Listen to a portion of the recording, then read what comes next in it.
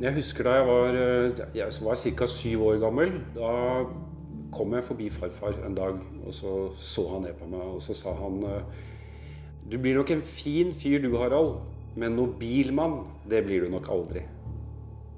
Jeg er nok fremdeles ingen bilmann, men jeg er veldig interessert i mennesker, og Møller-gruppen består av mennesker. Ikke biler, det er noe vi selger.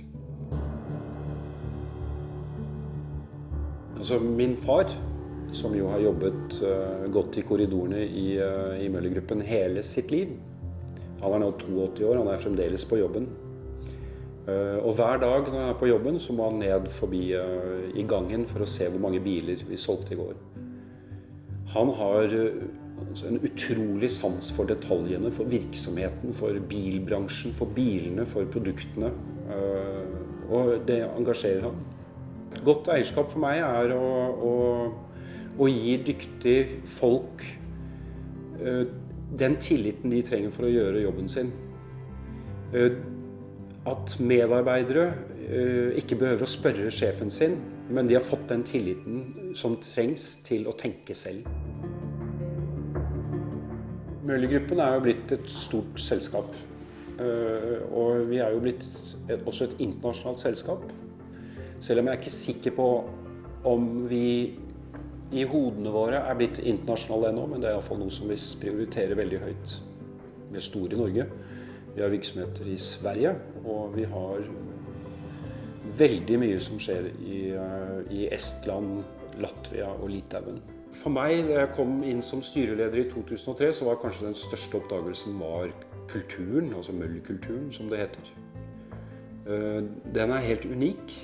Jeg tror det er så verdifullt å ta vare på hverandre, inkludere hverandre, tenke på kundene, ha entusiasme i seg hver dag, hjelpe de som kanskje ikke har dagen.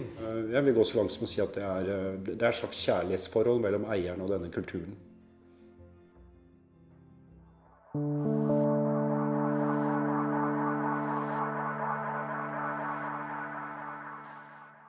Jeg kunne nok ikke jobba med noen som ikke var åpen og ærlig med meg. Det er et av kriteriene for å være en god medarbeider. Og for å være en god leder, ikke minst. Som min daglige leder sier, en beslutning du ikke kan reise deg opp i kantina og fortelle om, den skal du ikke ta. Alle de lederne jeg har hatt i løpet av 10 år i Møller, har vært åpne og ærlige. Og det er det som gjør at jeg er også åpen og ærlig mot mine medarbeidere. Första gången jag tog hem med mig papperna om vår värdegrund, då visade jag upp det för min sambo. Hon läste också igenom det.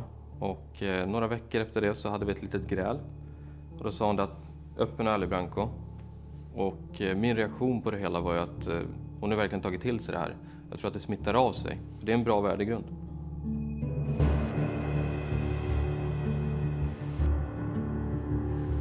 Hvis du er initiativrik, så blir du plukket opp. Du blir brakt videre, du blir løftet opp og gitt muligheter som du ikke ville hatt andre steder. Jag känner att jag tar initiativ om vi har jättemycket att göra och vi kan fortfarande hjälpa kunden direkt. Av og til så kan man være litt i tvil om kunden er helt fornøyd. Og da kan det være veldig lurt å spørre om det, ikke bare snu seg og håpe det går bra. Å være initiativrik betyr ofte å møte kunden på halvveien, så de føler at de har blitt hørt og ivaretatt. Ma mängin vabal ajal võrkpalli ja enamus minu võistkonnakaaslased sõidavad Volkswageniga. Ma teen ka seda vabast ajast.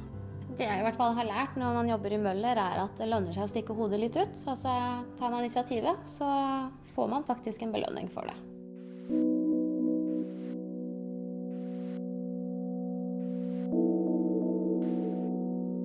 Jeg blir tatt veldig godt imot av lederne mine. Det kan hende at noen ganger så trenger jeg hjelp med noe, og så får jeg den hjelpen jeg trenger, så kan jeg utføre den jobben. Min jobb som markedssjef er det samme som å være en skismører. Det handler om å legge forhold til rette for at de andre skal bli gode. Men jobben må du gjøre selv. Møller-gruppa klientu apmierinātība ir tikpat svarīga kā apmierinātība mūsu starpā, draugu starpā, kad mēs esam apmierināti viens ar otru, radinieku starpā, jo bieži vien šis klients kļūst ne tikai par mūsu draugu, bet arī par mūsu radinieku, jo mēs ar viņu strādājam kopā varbūt gadu desmitiem. Det handler om å være interessert i folk på en måte. Kundene vil jo bli sett, akkurat som vi ansatte vil bli sett. Det er jo mye av det handler om. Aš ir mano kolegos dirbome Lietuvoje mioleryje. Atėjus krizė Europoje, turėjome galimybę persikelti į Norvegiją ir tęsti darbą čia.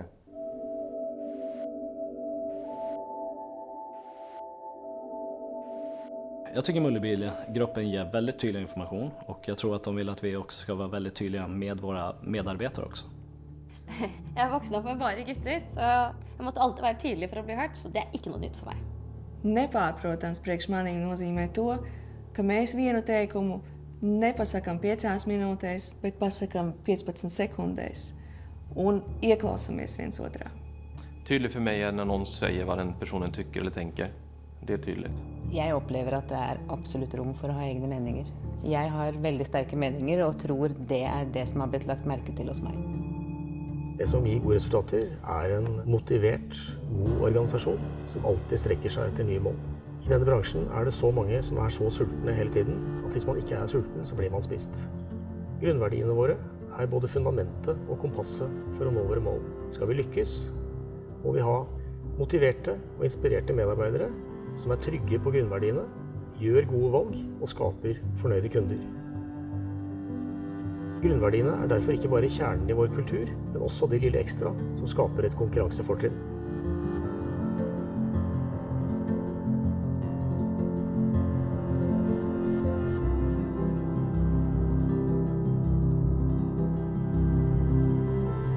Vi har 2 overordnede strategiske mål de neste årene.